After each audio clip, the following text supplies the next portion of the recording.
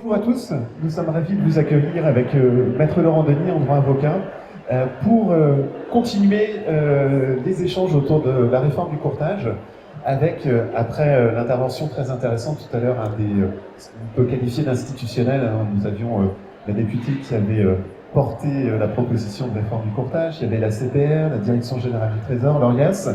Et là, l'objectif de cette nouvelle conférence, co-animée donc avec Laurent, c'est de donner la parole aux associations professionnelles pour voir finalement le côté pratique de la réforme. Laurent, est-ce que tu peux juste mettre la slide d'après, si tu veux bien? Merci beaucoup.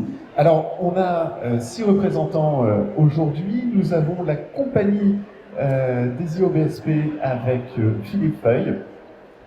Nous avons la CNCF Crédit avec Christelle Molin-Mabille, l'UIC avec Bérangère Dubu, la FIB avec Géraud Cambournac, l'ANACOFI IOBSP représentée par Pascal Lavigne, et enfin l'APIC avec Bruno Rouleau. Alors, je vais céder la parole à Laurent. Laurent, qu'est-ce qu'on va demander aux associations cet après-midi? Bonjour à tous, merci d'être avec nous et avec nos amis des associations professionnelles. On a imaginé une question avec Eric qui, quand on y réfléchit, n'a pas vraiment de sens parce que pour ceux qui ont assisté à la conférence précédente, vous avez tous été rassurés. Vous êtes rassurés. C'est une bonne réforme. Mais oui, protéger les consommateurs. Instaurer le dialogue avec la CPR. Voilà, il n'y a pas mieux finalement. Donc il n'y a pas matière à être inquiet. Malgré tout, on pose la question et poser la question aussi, qu'est-ce que les associations peuvent dire aujourd'hui pour rassurer les courtiers en crédit dans ces démarches d'adhésion aux associations professionnelles qui vont s'imposer comme condition d'exercice de la profession. Alors, merci Laurent pour avoir, j'allais dire, planté le décor si vous passez l'expression. Peut-être, honneur aux dames, est-ce que Christelle, tu veux commencer à t'exprimer en premier pour répondre à cette question lancée par Laurent Denis? Donc la question, Laurent, c'était qu'est-ce qu'on peut faire concrètement, comment on peut accompagner les courtiers dans cette mise en place de la réforme. Alors, la première chose, c'est qu'on est sur le salon du crédit. Il y a 3 associations qui ont des stands sur le salon. Allez les rencontrer, allez échanger avec eux. Moi, je prône plusieurs choses. La première chose, c'est qu'on doit choisir l'association qui nous ressemble. On ne correspond pas à tout le monde, donc allez échanger avec chacune des associations avec laquelle vous pouvez le faire pour pouvoir choisir l'association qui vous ressemble, celle qui vous correspond le mieux. Savoir si vous allez choisir l'association par rapport à un tarif, par rapport à des prestations, par rapport à l'accompagnement qu'elle peut le faire, et ce qu'elle prône en fait, qu'est-ce qu'elle peut mettre en face. Tout à l'heure on discutait avec Bérangère, il y a des choses qui sont importantes. Comment on va vous accompagner concrètement sur le terrain? Comment on va vous accompagner aussi dans cette mise en place de la réforme? Est-ce que vous allez avoir des réponses à vos questions? Enfin voilà, il y a toutes ces réponses. Et en fait, il n'y a qu'en échangeant avec nous qu'on peut vous accompagner et qu'on peut voir comment vous pouvez faire au mieux. Merci Christelle. Bérangère, si tu souhaites. Alors, moi, je suis un petit peu une intruse, puisque je ne représente pas une association, mais un syndicat. Donc, c'est pas pareil, je ne serai jamais représentative, vous ne serez pas obligé d'adhérer à mon syndicat, mais je vous conseille de le faire. Aujourd'hui, la réforme du courtage, tout le monde sait ce que j'en pense en tant que syndicat. Je pense que moi, cette réforme n'a aucun rapport avec les besoins et la réalité de notre métier. Je pense que nos questions aujourd'hui, c'est le droit d'exercer librement, c'est le respect du mandat, c'est le respect des conventions, ça c'est la protection du consommateur. J'ai entendu, en parlant avec mes confrères et consoeurs, effectivement, et c'est vrai que certains peuvent se sentir seuls, il y a des problèmes de conformité. Un accompagnement était peut-être nécessaire. Après, c'est peut-être mon côté du Sud un peu rebelle. Déjà, tout ce qui est obligatoire et qui ne consulte pas la base me pose problème. Comment accompagner la réforme et la préparer? Moi, je vais dire, interrogez vos associations. Demandez à chacun, est-ce qu'il est pour que le mandat soit inscrit dans la loi? Que chaque courtier, avec sa capacité professionnelle, exerce avec ou sans convention. Demandez aux associations, c'est quand une banque ne respecte pas ses obligations. Est-ce qu'elle va vous aider à faire le nécessaire? Demandez aux associations, c'est quand vous avez des conventions et que des banques en 15 jours par SMS vous déconventionnent, comme l'a fait le Crédit Agricole en Languedoc par SMS il y a 2 ans. Est-ce que les associations vont vous aider? Parce qu'il y a des vrais sujets. C'est le respect du mandat, c'est le respect des relations commerciales, c'est le respect du choix du consommateur. Et ça, c'est prioritaire. Les formations, les accompagnements, le médiateur, tout ça, si demain on arrête d'exercer, on n'en aura pas besoin. Et on n'aura pas besoin d'associations s'il n'y a plus de courtiers. Et s'il reste 3 grands nationaux qui se partagent le marché. Donc, en tant que secrétaire général de l'UIC, Union des intermédiaires de crédit, syndicat indépendant, demandez aux associations comment elles vont se positionner par rapport aux enjeux réels du métier et par rapport à vos propres attentes. Merci. Merci Bérangère pour tes propos toujours très dynamiques. Voilà. À toi, si tu veux bien t'exprimer à ton tour. Merci. Bonjour à tous. Donc effectivement, les associations que nous sommes, et nous avons déjà travaillé longuement et nous travaillons, je vous rappelle que les associations, elles représentent leurs membres. Les membres que nous avons sont aussi des membres qui peuvent adhérer à des syndicats, qui peuvent adhérer de manière différente, et ces membres nous posent tout un tas de remontées de questions entre autres. Il faut voir 2 choses dans cette réforme. Cette réforme, elle nous a été imposée, elle est votée, c'est comme ça. On va faire en sorte de travailler. L'échange qu'on peut avoir est la chose qui intéressait.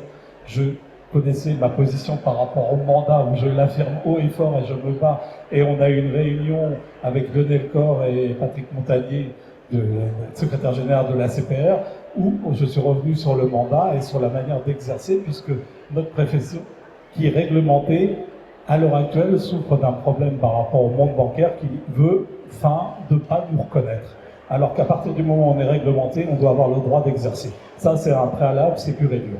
Maintenant, au niveau de l'association, nous sommes là pour remonter. Alors, ce que je trouve, après, en parlant pour trouver du bienfait dans cette association, et surtout de trouver quelque chose par rapport à ce contexte qui nous est imposé, c'est qu'on est en train de monter en compétences.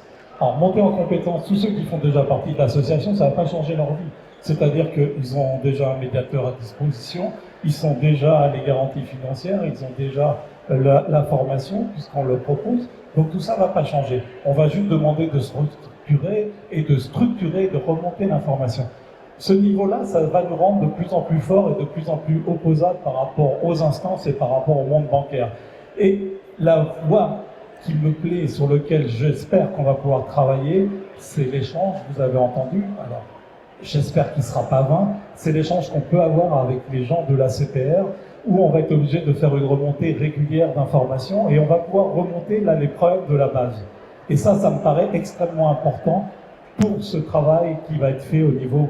Donc la réforme, il ne faut pas avoir peur, c'est déjà ce qu'on fait pratiquement tous les jours. Maintenant, le travail, il va être énorme au niveau associatif. Et ça, je tiens à le signaler, on va avoir vachement de boulot. Merci beaucoup Pascal. Laurent, tu veux peut-être dire un mot après, effectivement, les propos de nos 3 premiers invités. Laurent. Pour dire les choses très concrètement, on voit bien qu'une loi a été votée, et même si on soutient de façon très active des mesures qui sont indispensables pour que la profession puisse s'exercer librement, on n'échappera pas à la mise en œuvre de cette loi-là telle qu'elle est votée aujourd'hui. Et cette loi est votée avec énormément d'imprécisions, énormément de difficultés. Et il faut bien le dire, ça renvoie d'abord à un travail, et c'est pas très juste à mon sens d'ailleurs, que la loi renvoie ce travail ainsi, mais on l'a bien entendu ici, ça renvoie à un travail des associations. Les associations professionnelles qui sont devant vous vont avoir un travail à faire pour rendre le plus buvable possible les imprécisions de cette loi bancale, dont tout le monde est très satisfait, comme vous l'avez vu. Donc ça, c'est un vrai sujet. Et le deuxième, rapidement, c'est que il ne faut pas négliger les pouvoirs publics. On a entendu la CPR ce matin. La CPR a un travail à faire aussi.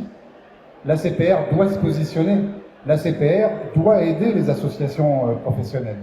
Les associations se mettent en ordre de marche et elles savent ce qu'elles ont à faire et elles ont commencé à le faire. La CPR est attendue de façon très nette sur sa capacité à faire des propositions pour que cette loi s'applique correctement. Très bien, merci beaucoup Laurent. On va passer peut-être la parole à Géraud. Géraud, si tu souhaites t'exprimer à ton tour, effectivement. Oui, bonjour à tous. Je vous remercie d'être là. Je suis toujours surpris de la faible affluence de la cible concernée par la loi sur la régulation du courtage. Et alors c'est un sujet qui est d'actualité, vous le savez, donc merci d'être là. Je ne sais pas où sont les autres. Il va falloir qu'à un moment ou à un autre, ils viennent chercher l'information. La différence entre une association professionnelle et un syndicat, c'est que seul ce dernier peut ester en justice. Bérengère a donc cette capacité en tant que syndicat, mais ça ne veut pas dire que nous, en tant qu'association, nous allons refuser ce travail de lobbying auprès des pouvoirs publics. Pas par la voie judiciaire, mais par la voie de courrier, par la voie d'interpellation. Donc on continue à faire ce que ensemble nous faisons depuis des années, à savoir défendre les intérêts de la profession, défendre les intérêts de nos membres. Donc ne croyez pas que parce que nous allons être contrôlés par la CPR, nous allons abandonner cette vocation première de nos associations qui est de vous défendre. Et les associations actuellement ne défendent pas que les intérêts de leurs adhérents, de leurs membres, mais de l'ensemble de la profession. Hein, on parlait du mandat, on peut aussi parler de la question de l'intégration des honoraires du courtier dans le TAEG. Des actions sont en cours en ce moment auprès des institutionnels et notamment du comité consultatif du secteur financier. Donc on va continuer à se bagarrer, bien que nous ayons en quelque sorte une délégation de service public déléguée par la CPR. Voilà ce que je voulais dire en préambule. Ensuite, sur cette loi, Maître Laurent Denis nous l'a dit, elle est votée, dont acte, il va falloir qu'on se prépare. C'est nouveau pour nous. Dans notre organisation, il va falloir qu'on gère des moyens humains, des moyens informatiques, pour pouvoir vous apporter le service que vous êtes en droit d'attendre d'une association. Adhésion obligatoire, oui, mais un devoir pour nous de vous apporter non seulement cette défense dont j'ai parlé tout à l'heure, mais également une assistance, un accompagnement réglementaire sur vos capacités pénales et sur les salariés. On en a parlé tout à l'heure. Donc, ce que je souhaite, ce que nous souhaitons aujourd'hui, c'est qu'il y ait une prise de conscience bien au-delà de l'affluence d'aujourd'hui sur la nécessité éventuellement que vous participiez aux associations, que vous nous aidiez à rendre le meilleur service au quotidien à l'ensemble de nos membres par de l'apport d'informations, par tout un tas de services, de bibliothèques de documents, pour vous aider dans votre quotidien à respecter la réglementation. Cette loi, en fait, mis à part l'adhésion obligatoire, n'apporte rien en nouveauté réglementaire. Capacité initiale, c'est dans la loi. Les formations initiales, c'est dans la loi. Les formations récurrentes, c'est dans la loi. La médiation, c'est dans la loi depuis le 1er août 2016. Donc, que vont faire les associations? C'est simplement vérifier que vous appliquez cette réglementation. Mais il n'y a rien de nouveau. Pour finir, j'étais un petit peu perdu ce matin, je ne sais pas si vous avez assisté à la conférence qui a précédé, et je vous avoue qu'en sortant de là, j'étais complètement perdu. On nous demande de créer une commission des sanctions, et la Direction générale du Trésor nous dit qu'on ne pourra pas sanctionner. La CPR n'a à la bouche que le mot contrôle, mais on ne peut pas contrôler. Alors je suis un peu perdu. Ne vous inquiétez pas. Il y a évidemment du contrôle, mais ce qu'on souhaite, c'est vous accompagner au quotidien pour que vous puissiez faire votre travail commercial, votre business, dans le cadre réglementaire. Mais là encore, oubliez le mot contrôle, pensez accompagnement, pensez à ce qu'on va pouvoir vous apporter pour vous permettre de développer votre business. Merci. Très bien, merci beaucoup, Jérôme. Philippe, peut-être? Ou Bruno, comme vous souhaitez, messieurs. Allez, Bruno. Écoutez, bonjour à toutes et à tous, ceux que je n'ai pas vu en tout cas. Je retiendrai des éléments. Déjà, le premier élément, c'est que sur un marché que notre institut d'enregistrement n'est même pas capable aujourd'hui de nous préciser très précisément le nombre qu'on est, et je n'en voudrais pas à l'ORIAS, mais 59% de 15 000, ça n'a jamais fait 7005. Hein. C'est toujours un peu compliqué, on voit la difficulté déjà à donner des bons chiffres. La deuxième chose, c'est que dans ce paysage-là, le nombre de personnes qui sont adhérentes à des associations est très limité. Donc on peut imaginer tout ce qu'on veut, on peut reprocher aux différentes associations jusqu'à présent de ne pas avoir fait le nécessaire, j'en sais rien. En tout état de cause, ce qui est vrai, c'est que ce qui fera notre force, c'est la fédération. C'est-à-dire le fait de pouvoir tous déjà adhérer. Alors on va avoir cette adhésion obligatoire, mais au-delà de l'adhésion obligatoire, moi ce que j'aimerais rebondir sur les propos et de Christelle et de Giraud, c'est que ces associations, vous les choisissiez et surtout que vous vous impliquiez dedans.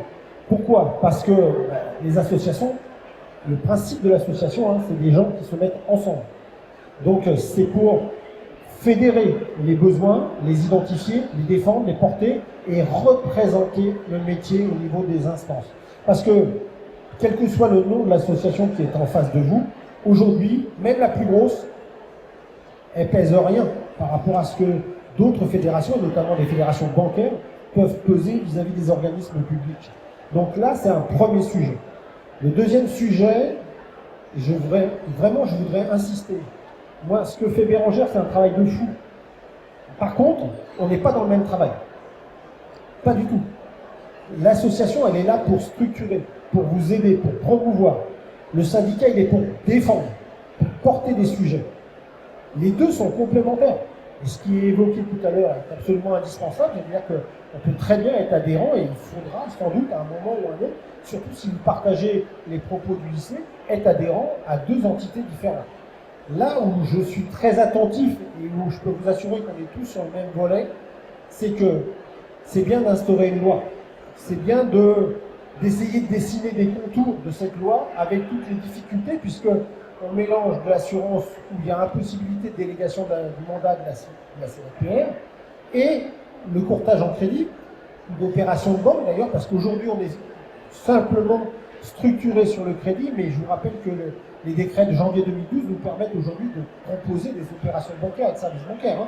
Donc ça veut dire que c'est peut-être aussi une tendance, et ça sera le côté optimiste à un moment ou à un autre, de se prolonger, de se proposer, projeter par rapport à ça dans l'avenir.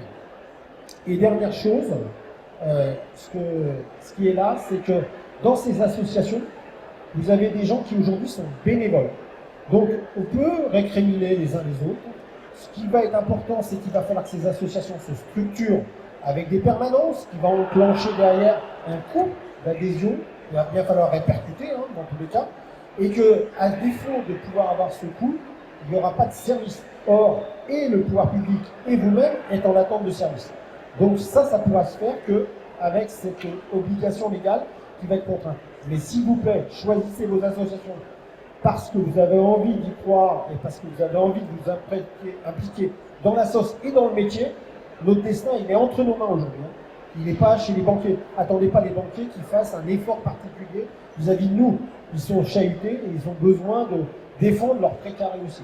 Donc c'est à nous de nous emparer de ça. Aujourd'hui, on a des situations avec la confiance des consommateurs, avec de plus en plus la confiance également des autorités du marché.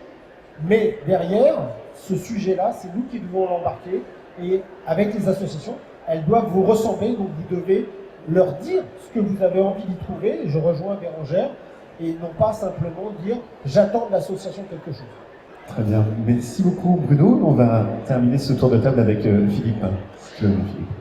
Merci. Alors, j'ai pas grand-chose à rajouter parce que vous avez quasiment tout dit. J'ai quand même un point d'ancrage. Nous sommes tous autour de la table avec un seul et même objectif. J'ai entendu parler de fédérer. La compagnie CGP, effectivement, on a une fédération, donc effectivement, je m'y retrouve. J'ai entendu parler de rebelles du Sud, ça tombe bien, je suis du Sud et je suis un rebelle, mais pareil, un sacré rebelle, parce que je me bats souvent contre des injustices du métier. Je pense que ce qu'il faut se dire, ce qu'il faut comprendre, je pratique le terrain, je suis président de l'association, mais je suis sur le terrain avec des collaborateurs, IEBSP, IAS, CIF, etc., puisque je suis aussi dans une association de CIF. Les questions que l'on vient de se poser, que vous posez, que vous êtes en droit de vous poser, sur un plan pratico-pratique, on se les est tous posées. Tous. Ça va nous emmerder la réglementation. ça va nous emmerder d'être obligés de rendre compte. Parce que si on a choisi ce métier, c'est bien pour être libre, c'est bien pour être indépendant. C'est pas pour s'emmerder à nouveau. Hein, vous avez remarqué, je suis un peu cash, mais ça changera pas. C'est pas à nouveau pour tomber dans un système où on va forcément nous obliger à faire ceci, à faire cela. La plupart d'entre nous, ce sont des remises en question professionnelles. Nous étions dans des organismes bancaires, dans des organismes d'assurance, etc., etc. Et on a tenté l'aventure qui est l'aventure entrepreneuriale. C'est bien la nôtre, que je sache. Bon. Et aujourd'hui, on est en train de vouloir nous dire, oui, il faut passer par la case réglementaire, il faut passer par la case d'une réforme du courtage. Alors moi, je voudrais avoir des propos rassurants. Quand j'ai décidé de devenir CIF, j'ai fait le tour des associations, puisque j'ai entendu que vous parliez de faire le tour des associations, et j'ai essayé d'avoir un repère qui s'appelle l'humain. Parce qu'on fait tous une profession à dimension humaine. Et nos clients, aujourd'hui, ils attendent quoi? Ils attendent que nous soyons proches d'eux, que nous soyons accompagnants, là aussi j'ai entendu ce mot, donc des mots où on se retrouve tous. Ce qu'il ne faut pas, c'est passer son temps à se poser des tas de questions qui finalement, d'une manière ou d'une autre, on sera obligé de passer par la case réforme du courtage. Par contre, ce qu'il faut, c'est essayer d'être proactif. Et dans cette réforme, il faut essayer de voir le positif qu'on va pouvoir en tirer. Je dis bien le positif, c'est quoi? C'est effectivement d'avoir un cadre qui va nous permettre à la fois d'être rassurant, même si vous l'êtes déjà et nous le sommes, mais de montrer aussi qu'il y a des formations obligatoires qui existaient déjà, qu'il y a un certain nombre de propositions et de comparaisons à faire qui existaient déjà, qu'il y a des études ou des audits à faire, mais qui existaient déjà. Donc finalement, il n'y a pas grand-chose. Sinon, de fédérer. Fédérer, ça veut dire quoi? Ça veut dire, et là où je suis d'accord, et j'ai écouté attentivement la notion syndicale, je crois que la bataille, c'est pas entre nous qu'il faut l'avoir. La bataille, il faut l'avoir ailleurs. Quand je vois aujourd'hui des gros fonds d'investissement dans nos domaines d'activité qui sont en train de pointer le bout du nez et qui, à coût de centaines de milliers, pour ne pas dire de millions d'euros, sont prêts à acheter. Vous savez, moi j'avais un vieux prof d'économie qui m'avait expliqué une chose qui s'appelle la chaîne économique.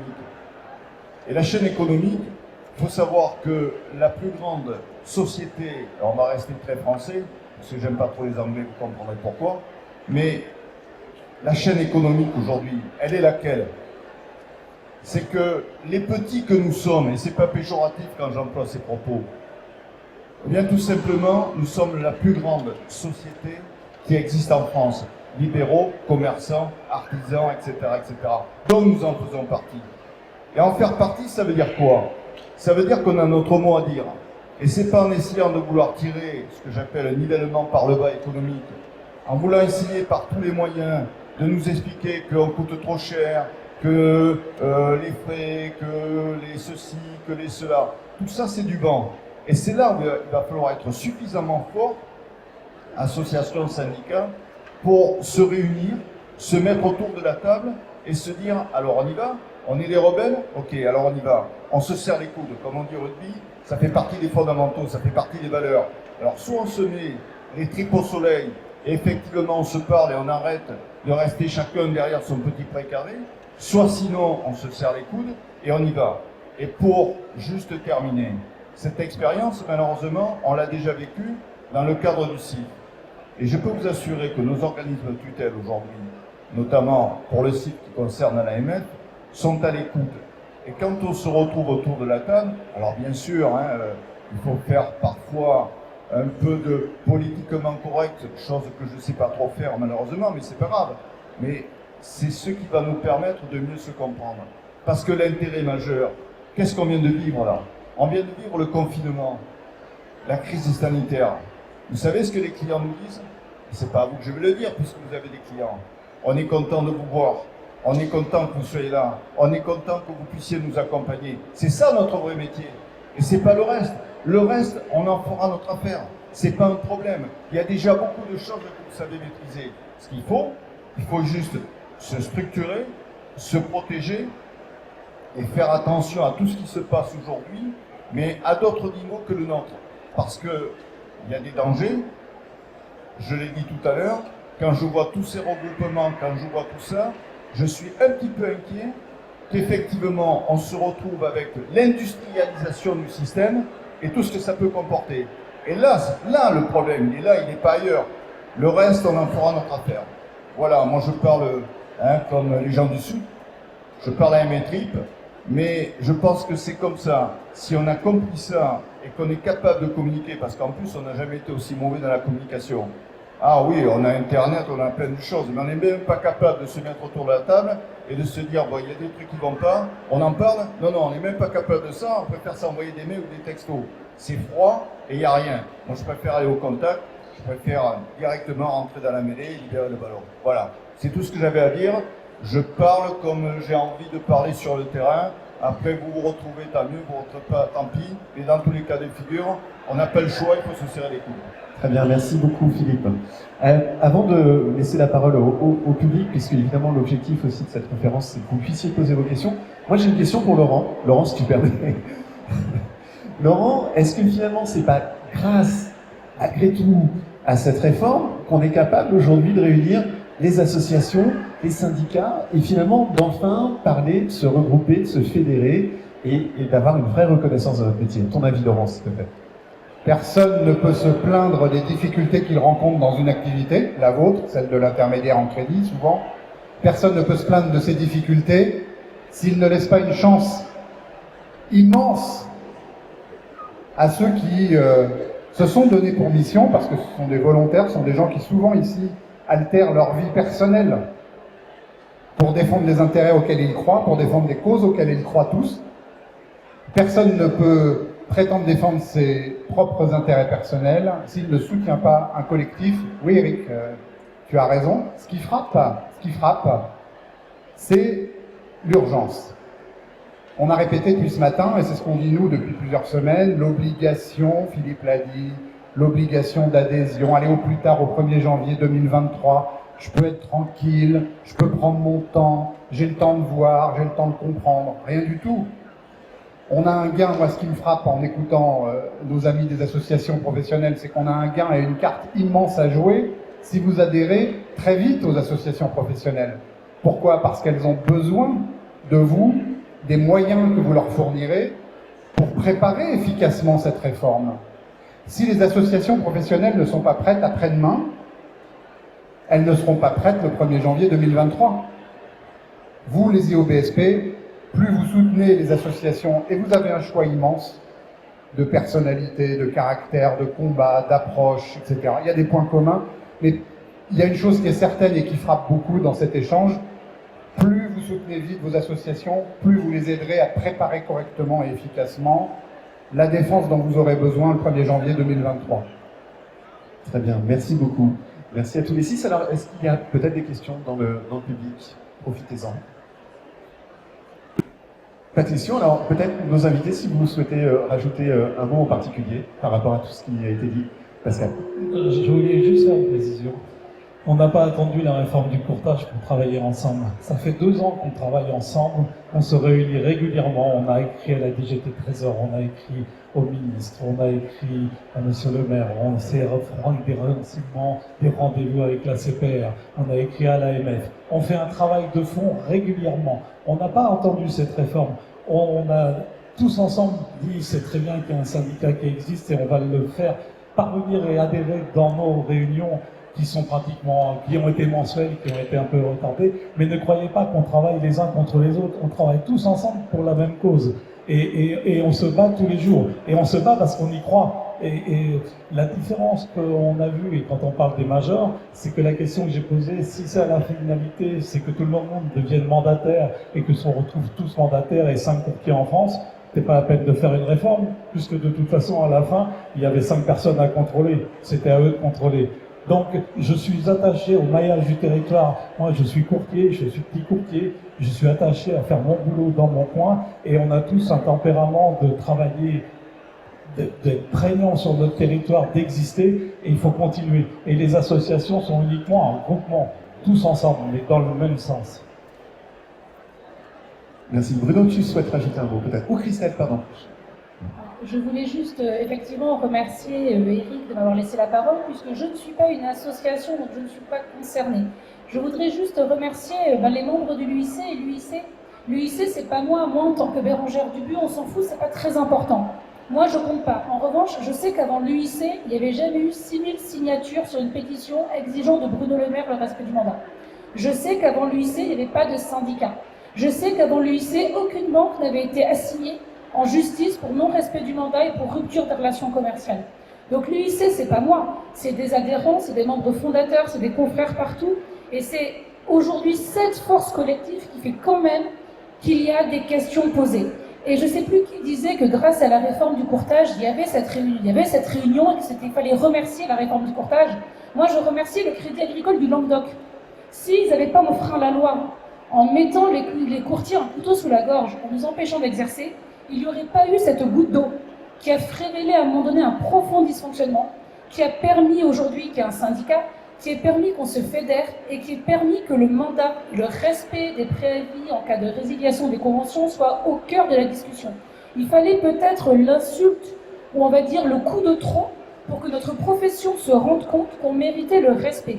Donc effectivement, moi, c'est pas la réforme du courtage qui m'a fait me lever le 18 juin 2019, ainsi que mes confrères, dont Antonin Garcia qui est là, François à Montpellier, on est présents partout, les membres fondateurs.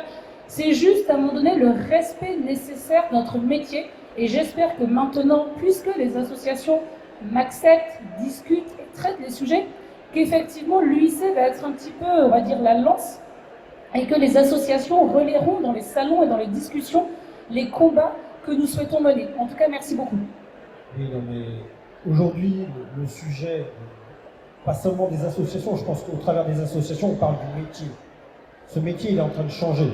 Qu'on le veuille pas, j'entends tout ce que tu dis, Philippe, hein, il n'y a pas de sujet. Mais aujourd'hui, le métier, c'est aussi les consommateurs. C'est l'attente des consommateurs qui est là. Et on doit tous se préparer. Quand on parle des sujets entre autres, je vous le disais, il faut que vous vous appropriez ces sujets, il faut que vous appropriez les associations. Mais aujourd'hui, il faut aller s'embarquer sur quelle place au digital dans l'exercice de notre métier, quelle place à la diversification de nos activités et comment je peux les exercer. Est-ce que j'ai le droit de les exercer? C'est ces relais de croissance. Parce qu'aujourd'hui, on n'a pas la main mise sur les taux et les taux d'usure.